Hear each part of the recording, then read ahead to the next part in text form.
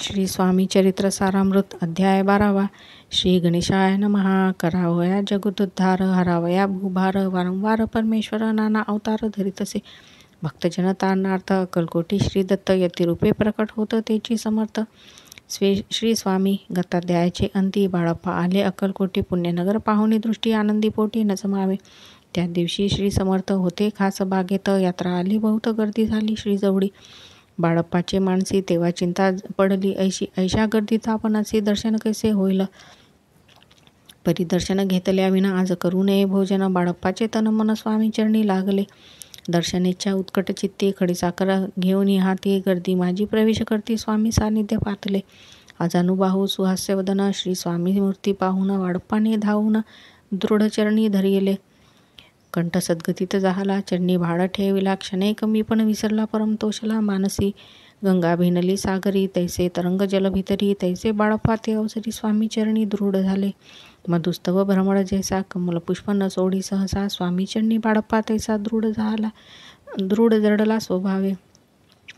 येऊन या भानावरती श्रीचरणांची सोडली मिठी. ब्रह्मानंद नमावे पोटी, स्त्रोत ओटी गातसे. श्री स्वामी समर्थ त्यावेळी पडले होते भूतडी. उठून या काय केली लीला एक विचित्र. सर्व वृक्षांचे आलिंगन दिले त्याने प्रेम करुण. बाळप्पावरचे प्रेम ऐशा कृतीने दाविले. धन्यता माननी मनी बाळप्पा निघाले तेथून. परितयांचे श्रीचरणी चित्त गुंतले अखंड. त्या सवे एक जहागीरदार, ते होतं बिराडावर. स्वयंपाक करुणी तयार म्हणती जाऊ दर्शना. बाळप्पा दर्शन करून आले बिराडी परतून. जहागीरदारे नैवेद्य काढून बाळप्पा हाती दिधला. म्हणती जाऊनी स्वामींसी अर्पण करा नैवेद्याचे. अवश्य म्हणून तयांसी बाळप्पा तेव्हा चालले. म्हणती नैवेद्य दाखवून मग करू प्रसाद भक्षण. मार्गी तयांसी वर्तमान विदित एक झाले. या समयी श्री समर्थ असतील रूप मंदिरात. राजाज्ञी वाचून तेथ प्रवेश कोणाचा न होय. ऐसे एकुणी वर्तमान बाळप्पा मनी झाले खिन्न. म्हणती आज नैवेद्य फारण आपल्या हस्ते नोहेची. मार्गावरूनही परतले सत्पर बिराडावरी आले. तेथे नैवेद्यार्पण मग सारिले भोजन. नित्यप्रांतकाळी उठून षटकर्माते आचरण. घेऊनी स्वामी दर्शन जपा लागी वैसुली.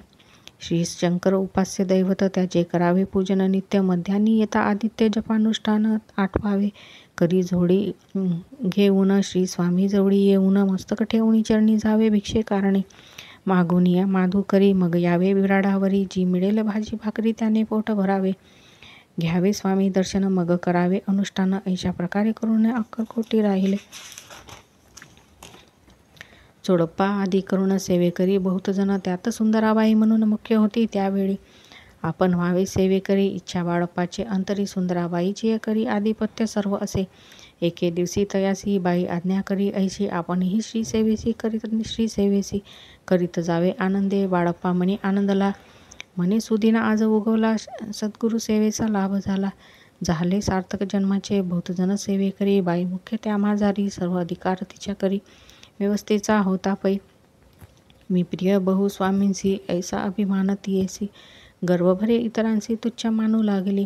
या कारणे आपसात भांडणे होती सदोदित. स्वामी सेवेची तेथ अव्यवस्था होत असे. हे बाळप्पांनी पाहुनी नाना युक्ती योजने मोडून टाकले. भांडणे एकचित्त सर्व केले. कोठेही असता समर्थ पूजादिक व्हावया यथार्थ. तत्संबंधी सर्व साहित्य बाळप्पा सिद्ध ठेविती. समर्थांच्या येता चित्ती अरण्यातही वस्ती करती. परी तेथही पूजा आरती नियमे करती बाळप्पा. बाळप्पांची प्रेमळ भक्ती पाहुनी संतोष स्वामी प्रति दृढ भाव धरुणी चित्ती सेवा करती आनंदे. ऐसे लोटता काही दिवस बाळप्पाची या शरीरास व्याधी जडली. रात्रंदिवस चैन नसे क्षणभरी. बेंबीमधून या रक्त वाहतसे दिवस रात्र. तया दुखते विवळ होते. म्हणती कैसे करावे. भोगला काही दिन. कागदाची पोळी बेंबीतून पडली ती पाहत उकलून विष त्यात निघाले. पूर्वी कोण्या कृतज्ञ बाळप्पासी यावे मरण. विष दिदले कान्हुल्यातून पडले आज बाहेर. स्वामी कृपेने आजवरी गुप्त राहिले होते उदरी. सद्गुरु सेवा त्यांचे करी व्हावे लिखित विधीचे. आजवरी बहुता परी बाळप्पा करीचा करी. तयांचे अंतरपरी स्वामीमय न झाले. प्रत्येक सोमवारी तयांनी महादेवांची पूजा करून मग यावे परतुनी स्वामी सेवे कारणे. हे पाहुनी एक दिवशी बाई विनवी समर्थांसी. आपण सांगून बाळप्पाची शंकरपूजनी वर जावे. तशी आज्ञा तयाप्रती एके दिनी समर्थ करती. परी बाळप्पाचे चित्ती विश्वास काही पटेना. बाईच्या आग्रहावरून समर्थ दिले आज्ञा. जाणं हे नसेल सत्यपूर्ण विनोद केला निश्चय. पूजा करणे उचित न करावी हेची सत्य. यापरी चिठ्ठ्या लिहित प्रश्न पाहत बाळप्पा. एक चिठ्ठी तयाहून उचलून पाहता वाचून न करावेची पूजन. तया माझी लिहत असे तेव्हा सर्व भ्रांती पेटली. स्वामी आज्ञा मानिली ही भानगड पाहिली श्रीपाद भटजीने. समर्थांचा पूर्ण भक्त चोडप्पा नामे विख्यात. तयाचा हा जामात श्रीपाद भट जाणीजे. स्वामी पुढे भक्तजन ठेविती द्रव्याधिक आणून. ते सुंदराबाई उचलून नेत असे सत्वर. त्यामुळे चोडप्पाप्रती अल्प होई द्रवप्राप्ती. बाळप्पामुळे म्हणती नुकसान होता आपले. तेव्हा जामात श्वशूर उभयंता करीती विचार. बाळप्पा ते आता दूर केले पाहिजे युक्तीने.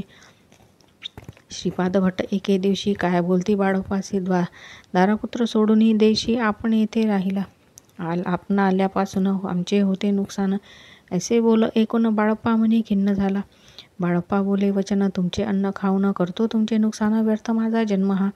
स्वामीने मज आज्ञा द्यावी मी जातो आपल्या गावी. परी तुम्ही युक्ती योजावी आज्ञा होईल ऐसेची.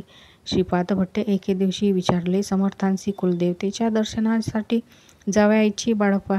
ऐसे ऐकून या समर्थ हास्यमुखे काय बोलत.